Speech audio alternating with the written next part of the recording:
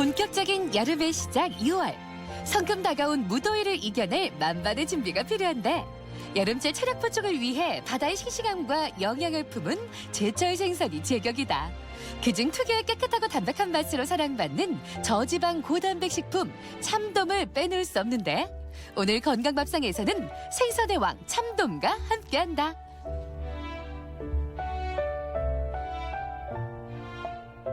도미는 단백질과 철분, 인, 칼슘 등 무기질이 풍부할 뿐만 아니라 비타민 B1과 B2도 풍부하여 피로 해소에 도움이 됩니다. 더불어 지방질이 적어 소화가 잘 되고 단백질이 풍부해 노인이나 수술 후 회복기 환자에게 좋은 식재료입니다. 특히 도미의 머리로 맑게 끓인 국은 출산 후 산모의 영양식으로 많이 알려져 있습니다. 또한 도미는 단백질이 풍부하고 지방 함량이 낮아서 다이어트에도 도움이 됩니다. 참돔은 눌렀을 때 살이 단단하며 비늘이 손상되지 않고 눈동자가 맑고 투명해야 한다. 또한 아가미가 선홍색을 띠는 게 신선한 참돔이다. 횟집 가시면은 광어 먹을까, 도다리 먹을까, 우럭 먹을까 많이 고민하시죠? 요즘 제철인 참돔을 추천합니다. 오늘은 그 참돔을 이용해서 참돔 고추장 구이를 만들어 보도록 하겠습니다. 소화가 잘 되는 고단백 식품 참돔. 타우린이 들어있어 피로 회복에 좋으며 필수 아미노산과 불포화 지방산이 풍부해 동맥경화와 혈전 예방에도 큰 도움을 준다. 참돔 고추장구이 만들기 첫 번째. 우선 크고 딱딱한 참돔의 비늘을 꼼꼼하게 벗겨주는데 참돔은 비늘이 억세기 때문에 천천히 조심스럽게 벗겨내야 한다. 이어서 참돔의 배를 가르고 내장까지 깨끗하게 제거하자. 손질한 참돔은 양념이 골고루 배일 수 있게 2cm 간격으로 칼집을 내준다. 요즘에 참돔은 양식을 많이 하기 때문에 손쉽게 구할 수도 있고 먹을 수가 있습니다. 또한 참돔을 손질할 때는 비늘이 억세기 때문에 손질할 때 천천히 조심해서 하시는 것이 좋습니다. 이어서 참돔 고추장 구이를 위한 양념장을 준비하는데 우선 대파와 청양고추를 곱게 다져준다. 곱게 다진 대파와 청양고추에 고추장과 고춧가루, 간장, 설탕, 물엿과 각종 양념을 더해 고추장 구이 양념장을 완성한다. 참돔을 초벌구이 할 때 발라줄 유장도 준비하는데 유장은 참기름과 간장을 1:1로 섞어 쉽게 준비할 수 있다. 구이를 하실 때 보통 유장을 많이 사용합니다. 유장은요, 참기름과 간장의 비율을 1:1로 해주시고요. 초벌할 때 2회 정도 발라주시면 간이 아주 잘 배서 맛이 좋습니다. 이제 참돔 초벌구이를 해줄 차례. 참돔의 몸에 골고루 유장을 발라준 후 프라이팬에 올리고 구워주는데 유장으로 초벌을 해주면 양념구이를 할 때 겉면이 잘 타지 않는다.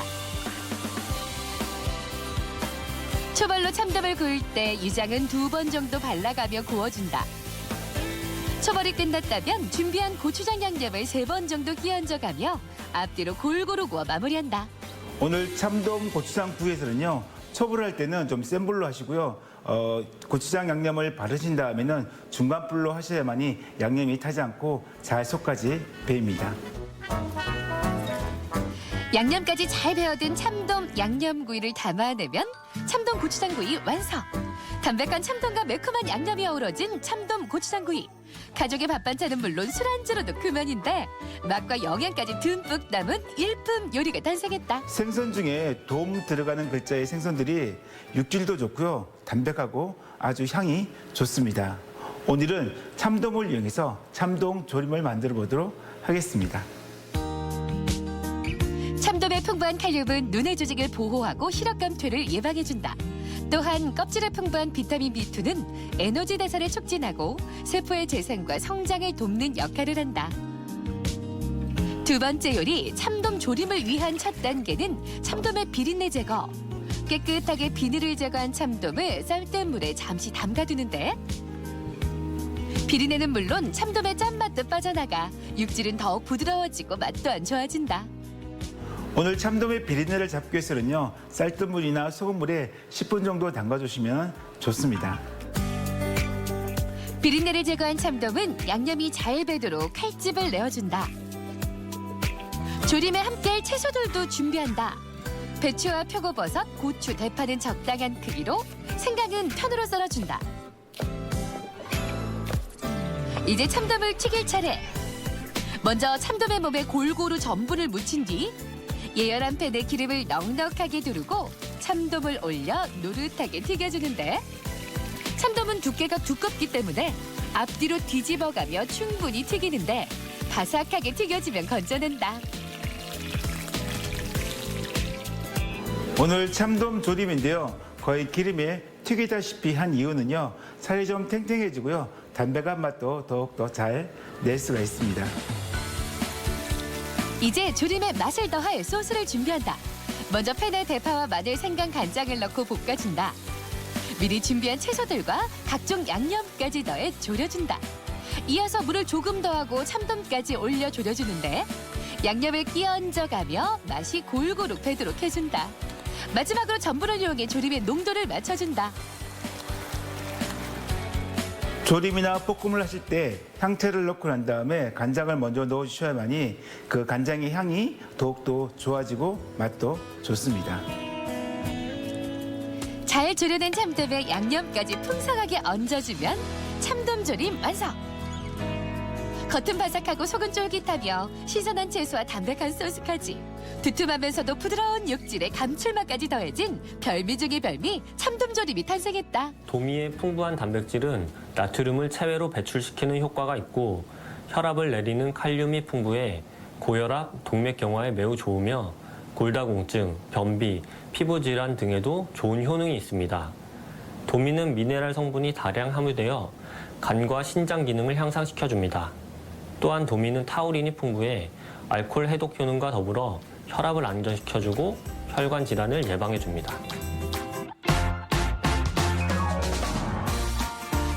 돔 중에서도 으뜸으로 여겨온 참돔. 예로부터 귀한 손님을 맞이하거나 차례상에 올릴 때 빠지지 않는 생선으로 각별한 대접을 받아왔다.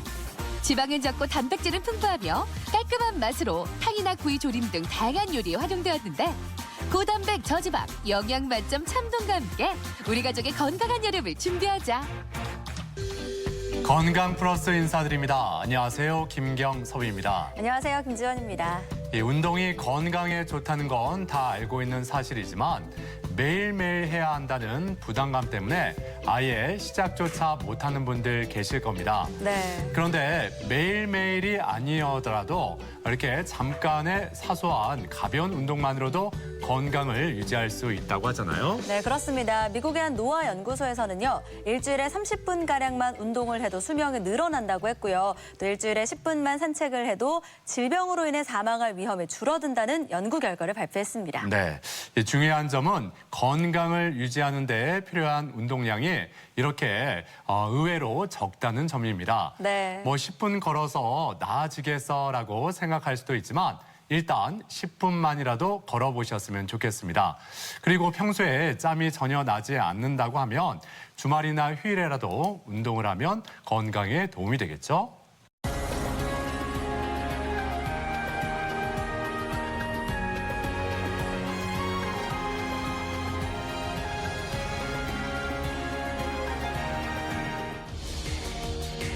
단일 질환 사망률 1위. 우리의 생명을 위협하는 무서운 질환 뇌졸중. 뇌에 혈액을 공급하는 혈관이 막히거나 터져 발생하는 뇌졸중은 갑작스러운 사망의 위험은 물론 심각한 뇌 손상으로 인한 신체적, 정신적 장애를 초래할 수 있다. 뇌졸중 환자들이 가지고 있는 여러 가지 기능적인 어떤 한계들을 극복할 수 있도록 도와주는 것을 통해서 발생할 수 있는 장애를 최소화할 수 있도록 치료하는 것으로 직장으로 또 집으로 이렇게 복귀할 수 있도록 돕는 제어를 할 수 있겠습니다. 발음 이상은 물론 보행장애와 운동장애 등 뇌졸중의 후유증을 극복하고 환자를 일상생활로 복귀시키기 위한 관문이 재활치료다. 심각한 합병증이 없고 신경학적으로 악화되지 않는다면 그 시기는 빠를수록 좋은데, 오늘 TV 주치에서는 뇌졸중 재활에 대해 자세히 알아본다.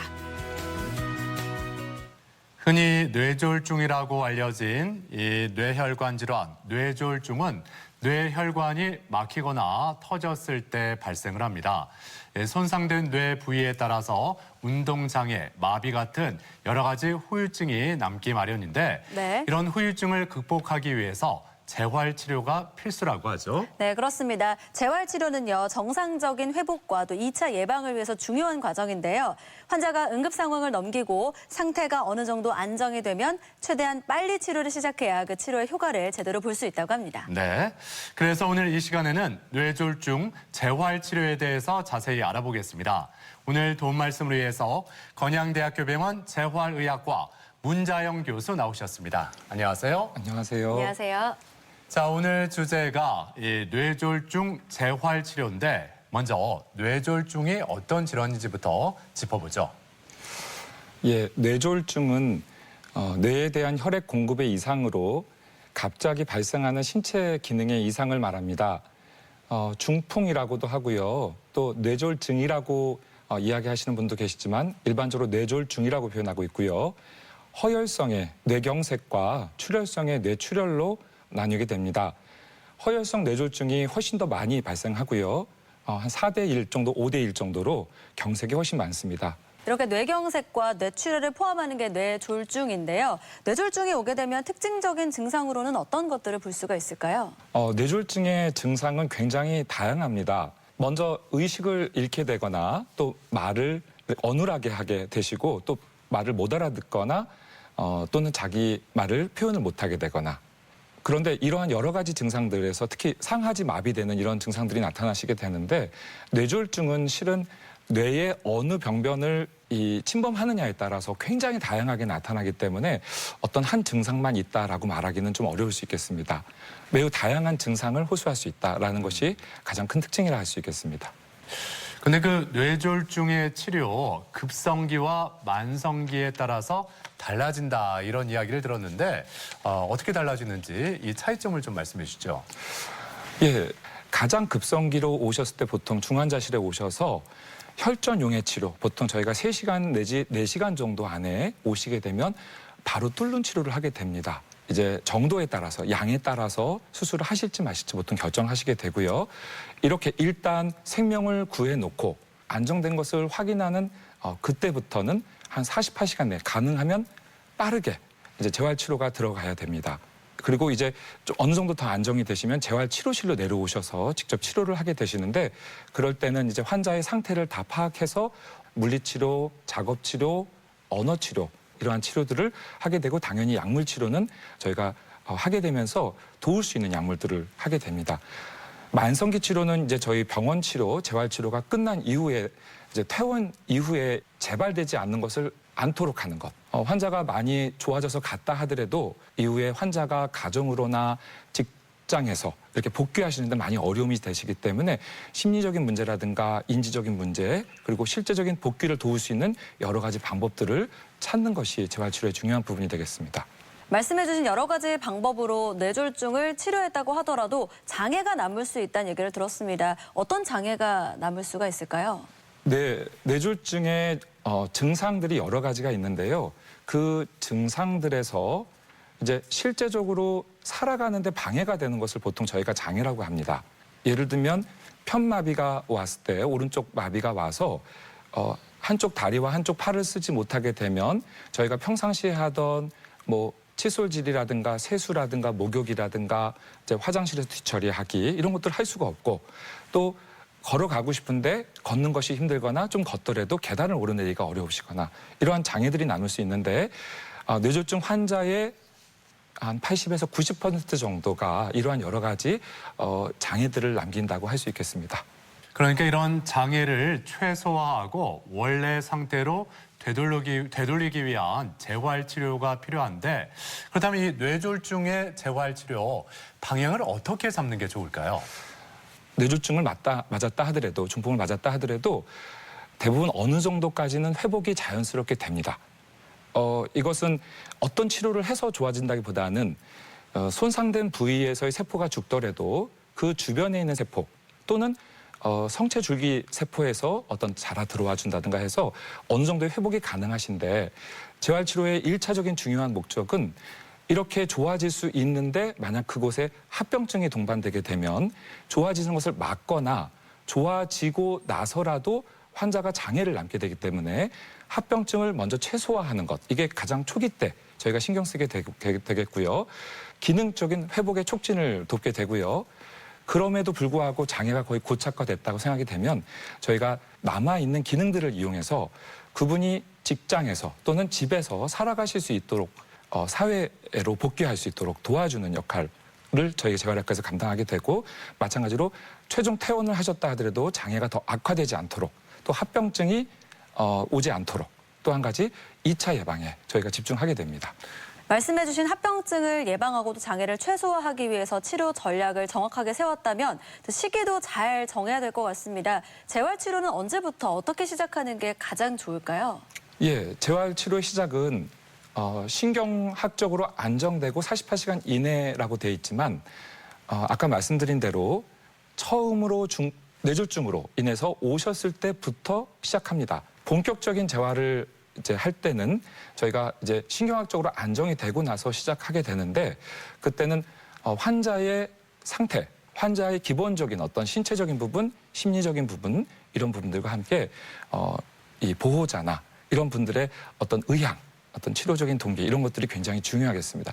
그것에 맞추어서 환자분의 어디까지 이 환자를 재활치료를 하는 것이 좋겠는가를 보통 판단하게 됩니다. 뭐 개개인마다 증상이 다르게 나타나겠지만 일반적으로 재활치료를 집중적으로 해야 될 부분이 있다면 어떤 부분이라고 생각하면 될까요? 네, 초기의 재활치료에 집중해서는 합병증 예방이라고 할 수 있겠습니다. 그 합병증에서는요, 구축이나 욕창 등을 예방하는 것이 중요하겠고, 그리고 요로 감염과 관련해서 만약에 소변줄이 있다면 적극적으로 소변줄을 빼보면서 환자의 상태가 소변줄을 빼도 된다면 꼭 빼는 것이 좋겠습니다. 왜냐하면 요로 감염이 굉장히 원인이 될 수 있겠습니다. 자, 건강 플러스 오늘 이렇게 뇌졸중 재활치료에 대해서 알아보고 있는데, 그럼 여기서 병원을 직접 찾아가서 환자들의 이야기를 들어보고 재활치료법에 대해서 살펴보겠습니다. 화면으로 만나보시죠. 치료 이후 손상된 범위에 따라 전신에 걸쳐 다양한 후유증을 발생시키는 뇌졸중. 육체적인 고통뿐만 아니라 삶의 질 저하로까지 이어지는 만큼 뇌졸중 발병 후 후유증을 극복하기 위한 재활치료가 반드시 필요하다. 요새 변비는 좀 어떠세요? 변비는 좋은데요. 네네. 밤에 소변 보는 게 자주 있는데요. 요새 저녁에도 물을 좀 많이 드시나요? 밤으로? 낮에도 약을 먹으면서 물을 자주 먹고요. 밤에도 제한 없이 물을 자주 먹는 편입니다. 혹시 뭐 이렇게 열감이 있거나 아니면은 소변에서 냄새가 나는 경우는 없고요. 열감이나 소변에서 냄새 나는 건 없는데요. 배뇨, 배변 장애는 뇌졸중 환자에게서 관찰되는 흔한 증상 중 하나다.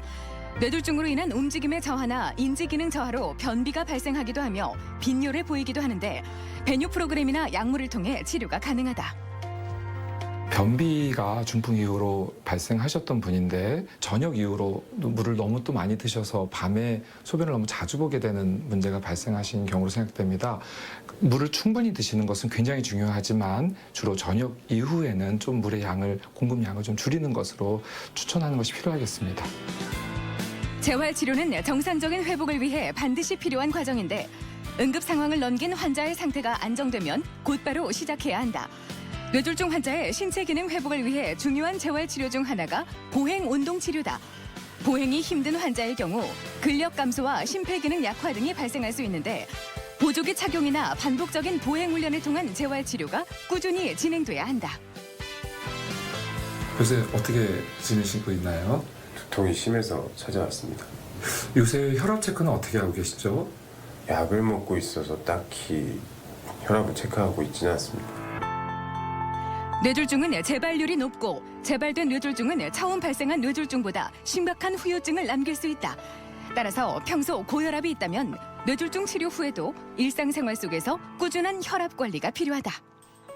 두통의 원인은 물론 혈압만 있는 것은 아니고 굉장히 다양하게 있습니다. 그렇지만 양상으로 봤을 때 분명히 혈압약을 드시고 계시지만 그 이후에도 혈압이 조절이 안 될 수 있는 여지가 분명히 있습니다. 그래서 두통이 발생하시거나 그렇게 됐을 때는 혈압을 한 번이 아니라 좀 하루 중에도 한 3번 정도씩이라도 재서서 이런 평균을 봐서 전체적으로 너무 높다거나 하게 되면은 혈압약을 좀 올리거나 하는 것이 필요할 수 있겠습니다. 뇌졸중 재활의 궁극적인 목표는 후유 장애를 최소화하면서 사회적인 재활까지 실시해 환자의 삶의 질을 높이는 것이다. 따라서 환자가 일상생활이나 작업 환경에서 최대한 독립적인 생활을 이어갈 수 있도록 기능 회복을 위한 다양한 작업 치료 또한 필요하다. 더 이상 환자의 신체적 호전을 기대할 수 없을 때는 장애를 보완하는 기술을 가르치거나 도구를 활용하는 훈련을 진행할 수도 있다.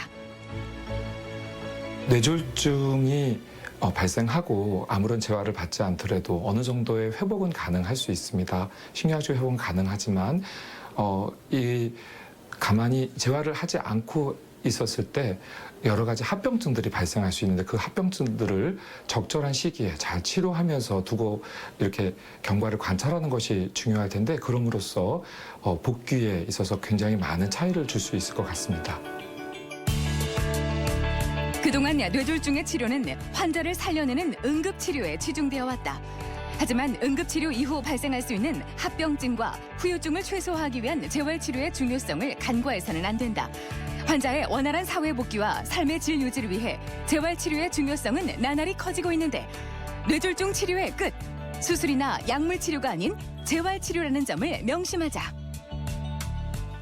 네, 병원을 찾아가서 환자들의 이야기를 들어보고 뇌졸중 재활치료에 대해서 살펴봤습니다. 네, 계속해서 뇌졸중의 재활 치료 중에서 운동 기능에 대해서 알아볼 텐데요. 뇌졸중을 앓고 난 후에 운동 기능은 어떤 과정을 거쳐서 회복이 가능할까요? 아예 운동이 문제가 없으신 분들도 계시고 그러나 만약에 운동이 편마비가 오셨다면 전형적으로는 상지의 마비가 하지보다 심하십니다. 그리고 하지가 먼저 회복되기 시작하면서 더 많이 회복되는 경우가 많습니다. 그리고 협동작용이 나타난 후에 선택적인 운동 동작을 할 수 있는 방향으로 회복된다. 이것은 어떤 스테이지냐에 따라서 경직과 실제 자기의 힘이 어느 정도 있는지 포지션을 봐서 거기에 따라서 치료를 분배하는 것이 중요하겠습니다. 자, 그렇다면 운동 기능 재활을 위한 치료법은 어떤 것들이 있는지 좀 살펴볼까요? 예, 운동 기능의 재활에는 감각 운동에 있어서 자세를 유지하는 것, 그리고 수동적, 능동적 관절 운동, 저항 운동, 지구력 운동 이런 것들을 통해서 일상생활 동작을 잘 할 수 있도록 그러니까 걷기, 이동하기 이런 것들을 돕는 운동을 시키게 되고요. 최근에 기능적 정기 자극이나 경두계 자기 자극 등을 이용해서 치료하는 법들도 지금 사용하고 있습니다. 그리고 무엇보다 혼자 힘으로 걸을 수 있는 보행 운동도 중요할 것 같은데요. 보행 운동 치료는 어떻게 이루어질까요? 예, 보행 운동에 있어서 가장 중요한 것은 먼저 잘 앉을 수 있느냐. 이 몸통이 가장 중요하겠고요. 가장 잘 앉을 수 있는 상태에서 그 다음에는 저희가 이제 서기를 시작하게 되고요. 서기와 일어서기, 그 다음에 선 자세에서 균형 잡기, 그리고 관절에 체중을 부하하기, 그리고 이제 실제적으로 치료사와 함께 또는 기계를 통해서 걷는다든가 이렇게 할 수 있겠고요. 저희가 이런 네발지팡이라든가 워커를 이용해서 걷는 것을 돕기도 합니다. 그리고 아까 뇌졸중 재활에 있어서 하지보다는 상지가 회복이 더디다 이렇게 말씀을 하셨잖아요. 그렇다면 그 상지 운동을 위해 어떤 방법이 필요한지 이 점도 좀 짚어주신다면요. 예, 상지 쪽이 근력이 잘 안 돌아오면서 경직이 상당히 세게 들어오는 경우가 있습니다. 이런 경우에 가장 먼저 아까 말씀드렸던 손이 말려 들어가지 않도록 특히 엄지손가락이 이렇게 손 안으로 들어가거나 하지 못하도록 잡아주는 것 또는 하루에 최소 2번 이상은 충분한 스트레칭을 해주는 게 중요하겠습니다. 그래서 스트레칭과 관절 운동 또한 자기 힘이 아닌 경직으로 인해서 너무 뻣뻣해가지고 너무 이렇게 굴곡이 있을 때는 저희가 보톡스라는 주사를 놔서 약 한 3개월 정도의 치료 효과를 볼 수 있는데 그래서 보톡스를 어느 정도 한 몇 번 수차례에 걸쳐서 놓으면서도 이렇게 경직 치료를 해볼 수 있겠습니다.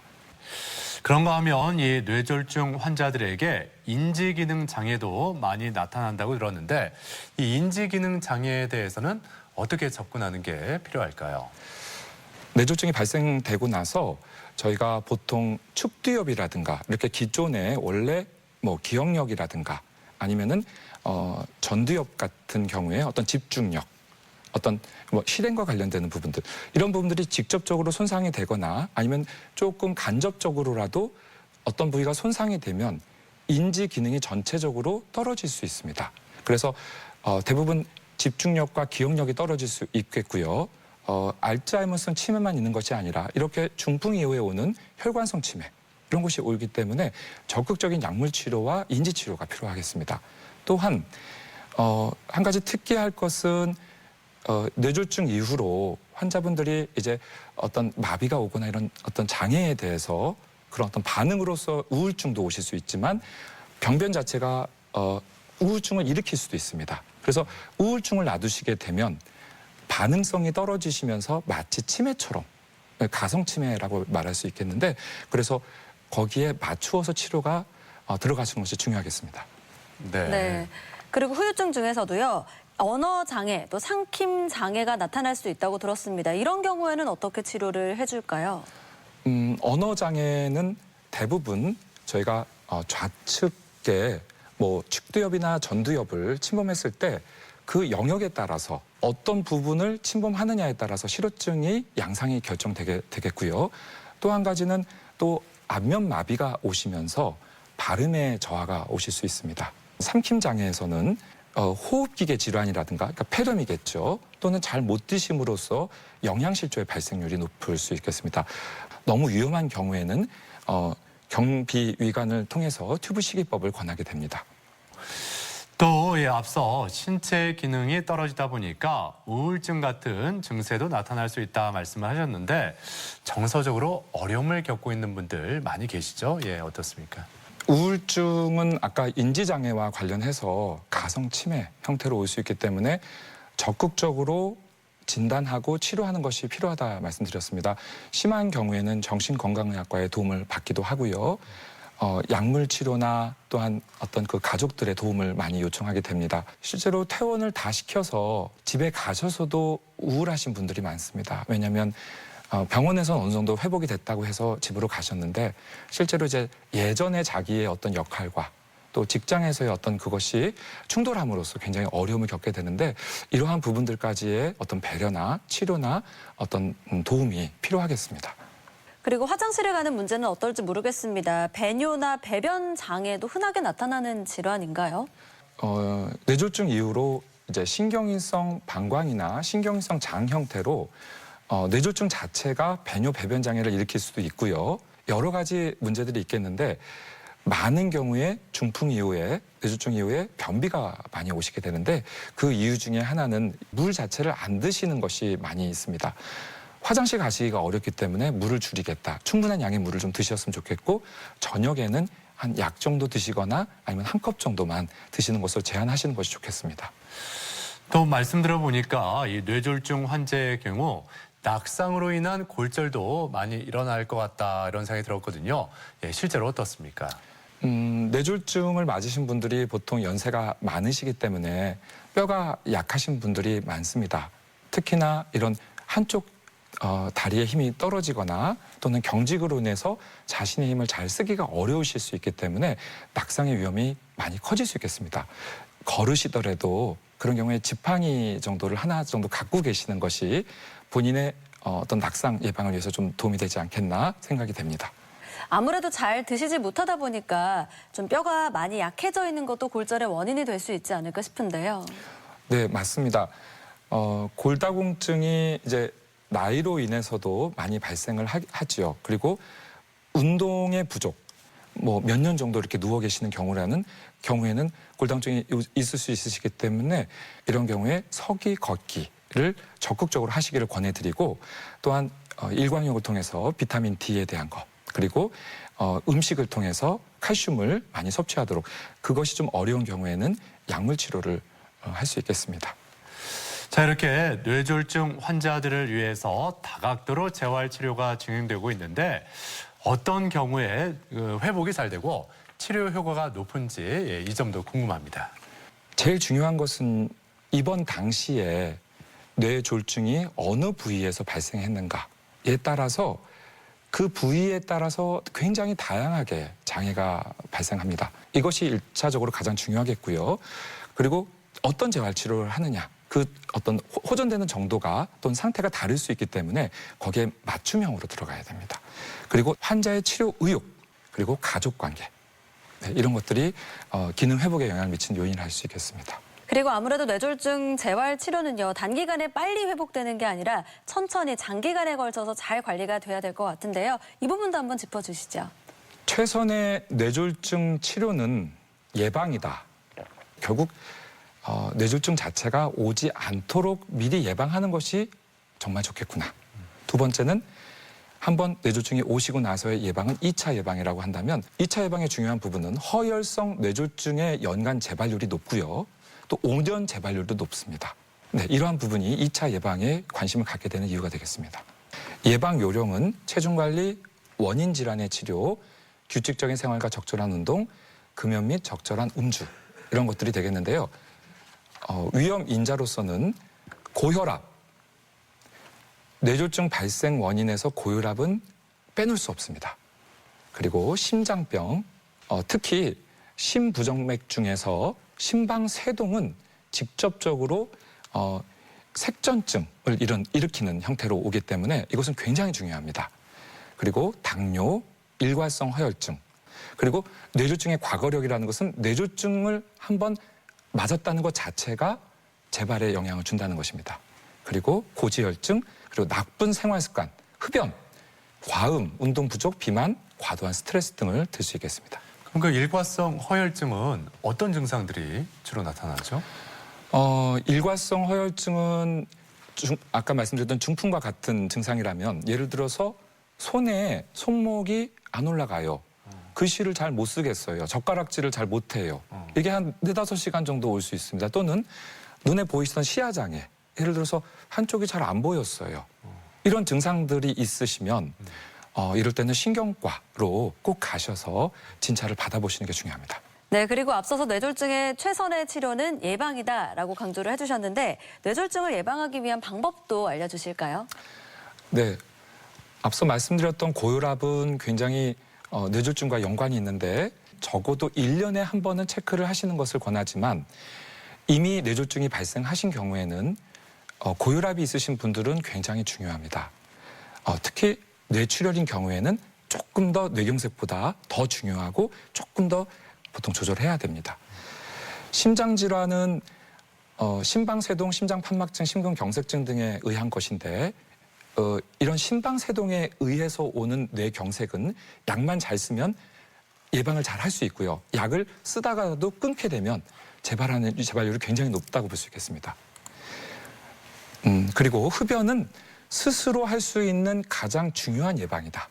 오늘 금연을 시작하시면 뇌졸중 위험성을 줄일 수 있다. 이렇게 보시면 되겠고요. 어느 정도의 적절한 음주는 뇌졸중 예방에 도움이 되지 않느냐 이런 이야기도 있지만 이런 과음은 간질환이나 사고의 원인도 되지만 과음 자체가 뇌졸중에 좋지 않습니다.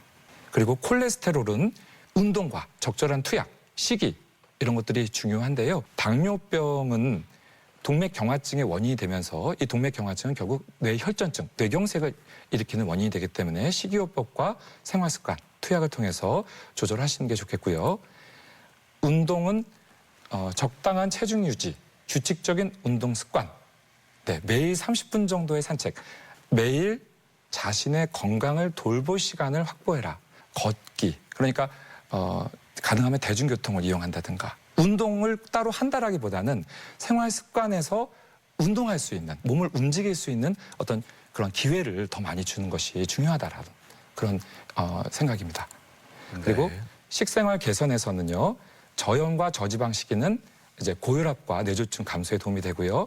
생선이나 채소, 과일 섭취, 보통 저희가 지중해성 식단이라고 보통 해서 이렇게 채소 많이 나오는 샐러드라든가 등푸른 생선 이런 것들이 고지혈증에도 많이 도움이 되고 결국 어떤 성인병 예방과 도움이 된다고 생각할 수 있겠습니다.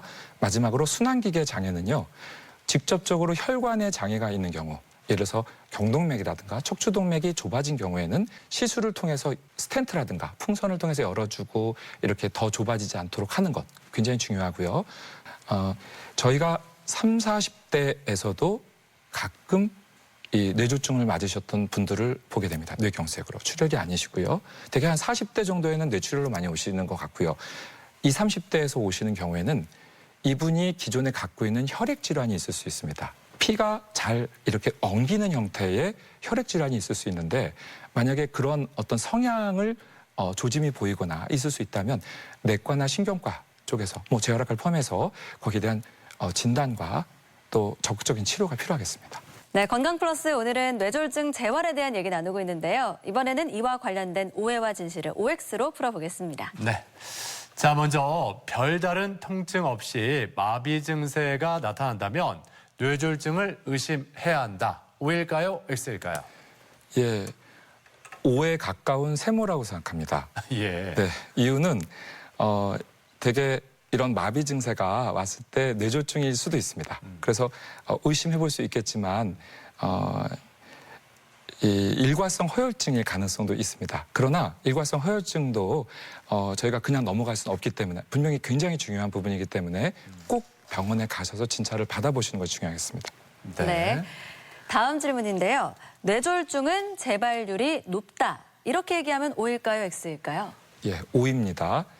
뇌졸중은 말씀드린 대로 뇌졸중이 있었다는 것만으로도 그 재발하는데 인자라고 볼 수 있겠고요. 또한 처음 뇌졸중을 일으켰다면 그 뇌졸중을 일으킬 만한 어떤 소인들이 있다는 것인데 그 소인들이 만약에 적극적으로 교정되지 않는다면 다시 뇌졸중은 올 수 있습니다. 자, 그리고 이 뇌졸중은 여성보다 남성의 비율이 더 높다. O일까요? X일까요? 예, O입니다. 예전에 2005년도 정도의 통계에서는 남녀 비를 봤던 통계에서 거의 같은 것처럼 보여서 비슷하다고 할까 했었는데 최근에 어떤 논문들을 좀 보니까요. 최근의 논문에서는 남성이 뇌경색, 뇌출혈 둘 다 높고요. 특히 뇌혈전증에 있어서는 남성이 높습니다. 그러나 여성에 있어서도 좀 특이할 만한 것은요. 심방세동으로 인해서 뇌경색이 오는 이런 색전증 뇌경색은 여성이 좀 더 많지 않나. 그 이유는 아무래도 여성이 적지만 더 오래 사십니다. 그리고 그래서 노령에서는 거의 남성과 여성 이런 비율이 여성이 막 증가됩니다. 그러니까 나이가 젊은 축의 뇌졸중은 남성이 많지만 나이가 들수록 여성의 비율이 늘어난다입니다. 그래서 심방세동이라든가 이렇게 올 수 있겠고 그래서 여성분들의 뇌졸중은 조금 더 나이가 들어서 오셨기 때문인지 조금 더 예후가 조금 더 나쁜 것 같습니다. 재활치료 이후에. 자, 그리고 코를 고는 사람일수록 뇌졸중을 조심해야 한다. 이렇게 말하면 O일까요? X일까요? 예, O입니다. 코골이 전체가 요새 좀 이슈가 되고 있는 수면 무호흡증, 네, 어떤 폐쇄성 수면 무호흡증과 관련해서 일단 직접적인 것 같지는 않지만 어떤 이유에서든지 뇌졸중의 발생과 좀 더 어떤 연관이 있지 않느냐. 근데 직접적인 것을 어떤 통계적으로 어떤 증명하지는 못했지만 연관이 어느 정도 있는 것으로 생각이 됩니다. 적극적으로 이 양압기를 걸어서 이것을 개선하는 것이 뇌졸중을 조금 더 예방하는 데 도움이 되겠습니다. 네. 자, 오늘의 주제는 뇌졸중 재활인데요. 관련된 오해와 진실을 OX로 풀어봤고요. 계속해서 시청자 여러분들의 궁금증도 풀어드리겠습니다. 얼마 전 지인이 뇌졸중으로 쓰러지고 난 뒤부터 한쪽 팔을 사용하시기 어려워하시는데 어떤 치료를 받아야 할까요? 네, 뇌졸중 후유증으로 한쪽 팔을 사용하기 힘들 때 어떤 적극적인 재활 치료가 필요할까요? 뇌졸중 후유증으로의 팔에 어떤 마비가 왔을 때 말씀드린 대로 시기가 중요합니다. 이 중풍 이후에 어떤 시기냐, 예를 들어서 보름 정도밖에 안 지났느냐, 3개월이 지났느냐, 6개월이 지냐에 따라서 이 팔에 대해서 어떤 치료를 할지가 결정이 되겠죠. 만약에 초기라면 그러나 처음부터 끝까지 중요한 것은 자세 유지. 자세 유지가 중요하고요. 본인의 힘이 얼마나 돌아오느냐, 경직 정도는 어느냐에 따라서 본인의 힘이 돌아오는 것은 허용을 하고 또 적극적으로 도와드리고 어느 정도의 힘이 돌아왔다면 그리고 시기적으로 충분하다면 그런 치료까지 가능하고요. 재활약과적으로는 경직이 굉장히 중요한 부분이 되기 때문에 경직이 의심되실 때는 그 정도에 따라서 약물 치료를 할 거냐 아니면 스트레칭 정도로 할 거냐 아니면 보톡스 치료를 할 거냐 이런 결정들을 할 수 있겠습니다. 뇌졸중을 앓고 나면 어떤 장애가 오는지 알고 싶습니다. 네, 뇌졸중을 앓고 나면 어떤 장애가 일반적으로 올 수 있는지 한 번 더 쭉 짚어주실까요? 예, 제일 흔한 것은 편마비, 상하지에 편마비가 오는 것 그리고 안면마비도 어느 정도 올 수 있는데 보통 이 눈 밑에 쪽에 근육만 마비가 오고 이 이마 쪽은 이렇게 괜찮습니다, 보통. 그래서 이렇게 얼굴의 어떤 마비 형태를 봐도 아, 이게 혹시 중풍이 아니겠는가? 이마를 찡그려 보세요. 만약에 이마는 찡그려지는데 음식이 옆으로 샌다. 뇌졸중일 가능성이 높습니다. 그래서 이런 마비 그리고 감각이 아프시거나 감각이 떨어지시거나 그래서 이런 경우에 잘못하면 저희가 물리치료 해드리다가 우리 뇌졸중 환자분들이 이 화상을 자주 입습니다. 감각이 떨어지셔서. 그러니까 정상적으로 뜨거워 해야 되는데 뜨겁지 않은 거죠. 이게 중풍의 어떤 장애일 수 있고요. 그리고 아까 말씀드렸던 인지장애, 어떤 지적 능력의 저하라든가 우울증에 대한 부분, 그리고 대변, 소변 이런 문제들. 그래서 결과적으로는 일상생활 동작을 수행하는 데 많이 어려움을 겪게 되고 또 보행하는 데 어려움을 겪게 되고 이러한 장애들을 남기게 되었습니다. 뇌졸중 환자들의 경우 재활치료의 시기는 언제부터가 적절한가요? 앞서 그 재활치료 시기가 참 중요하다 여러 번 말씀하셨는데 다시 한번 좀 강조를 해주시죠. 재활치료는 2차 예방을 포함한다면 뇌졸중이 발생하면서부터 2차 예방, 재발을 막아야 된다. 이것은 결국 신경과 신경외과 다 동일한 어떤 목적이 되겠는데요. 저희가 그냥 재활이라는 어떤 한도 내에서 말을 하더라도 2차 예방 굉장히 중요하고요. 그리고 적극적인 재활치료는 되게 신경학적으로 안정되는 신경학적으로 안정되는 것이 그 전에 하게 되면 그것이 좀 스트레스로 작용할 수 있기 때문에라고 볼 수 있겠는데요. 신경학적 안정이 되는 대로는 가능한 한 빨리 그리고 신경학적 안정이 되지 않더라도 관절이 굳지 않도록 이런 관절 운동을 해주는 것과 욕창 발생을 어떤 예방하기 위한 어떤 체위 변경 이런 것들은 굉장히 중요합니다. 그때부터 재활치료는 시작됩니다. 네. 자, 끝으로요. 뇌졸중 재활에 대해서 꼭 기억해야 할 점을 한마디로 요약해 주시면 좋을 것 같습니다. 뇌졸중 치료는 네모다라고 한다면 네모에 어떤 게 들어가면 좋을까요? 뇌졸중 재활은 그때 다르다 이렇게 얘기하고 싶은데요. 네. 그때 다르다. 좀 약간 우스갯소리 같지만 이 환자의 어느 시기냐에 따라서 재활의 방법들이 굉장히 다양하게 또한 그리고 환자의 어떤 이 뇌졸중의 범위나 어떤 부위에 따라서 너무나 다양하게 들어가기 때문에 본인이 예단하지 마시고 충분히 재활외과 의사와 또한 재활외과 팀 물리치료나 작업치료사나 언어치료사 등 또 임상심리치료사 등과 함께 그때그때의 문제들을 해결해가는 것이 중요하겠다. 예, 이상입니다. 그렇군요. 자, 오늘 이렇게 뇌졸중 재활치료에 대해서 자세히 살펴봤습니다. 지금까지 도움 말씀에 재활의학과 문자영 교수였습니다. 오늘 말씀 고맙습니다. 감사합니다. 고맙습니다. 뇌졸중이 발병하면 응급치료뿐만 아니라 재활치료가 얼마나 중요한지 다시 한번 확인할 수가 있었습니다. 네. 치료 시기가 굉장히 중요하다고 하니까 적기에 재활치료 잘 받으셨으면 좋겠습니다. 네, 그리고 흡연과 과음은요, 뇌졸중 위험을 높이고요. 재활치료에도 좋지 않다고 합니다. 금연하시고요. 술도 조금만 드시면서 건강 잘 챙기셨으면 좋겠습니다. 네, 자 오늘 저희가 준비한 내용은 여기까지입니다. 이번 한 주도 건강하게 보내시길 바라고요. 저희는 다음 이 시간에 다시 인사드리겠습니다. 함께해 주신 여러분 고맙습니다. 고맙습니다.